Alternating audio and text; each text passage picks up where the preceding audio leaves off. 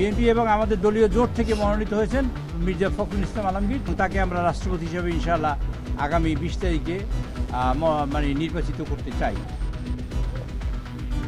রাষ্ট্রপতি নির্বাচনে বিএনপির প্রার্থী মির্জা ফখরুল অলি আহমদকে প্রার্থী করে জামায়াতের মনোনয়ন দাখিল। গণভোটের রায় যদি বাস্তবায়ন হতো তাহলে আজকে আমরা আশা করতাম কর্নেল অলি সাহেব বিপুল ভোটে বিজয়ী হতেন। অতিরিক্ত রোগীর চাপ এবং মধ্যস্বত্বভোগীর দৌরাত্ম্যে নাকাল রাজধানীর পঙ্গু হাসপাতাল।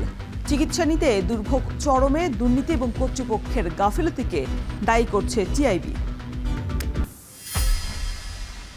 প্রিপেড মিটারগুলোতে যে টাকা যাচ্ছে আপনার 1 মাস যেত, সেখানে টাকার পরিমাণটা দেখা গেছে অর্ধেক বা দ্বিগুণ বেড়ে যাচ্ছে।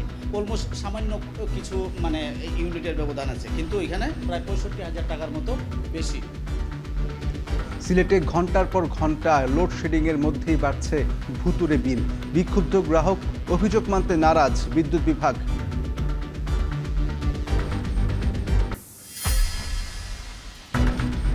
পানি প্রবাহ কমায় মাইক্রোপ্লাস্টিক দূষণ বাড়ছে মুন্সিগঞ্জের আড়িয়াল বিলে। মাছ থেকে খাদ্য শৃঙ্খলায় মানব স্বাস্থ্যে ঝুঁকি, বলছেন গবেষকরা।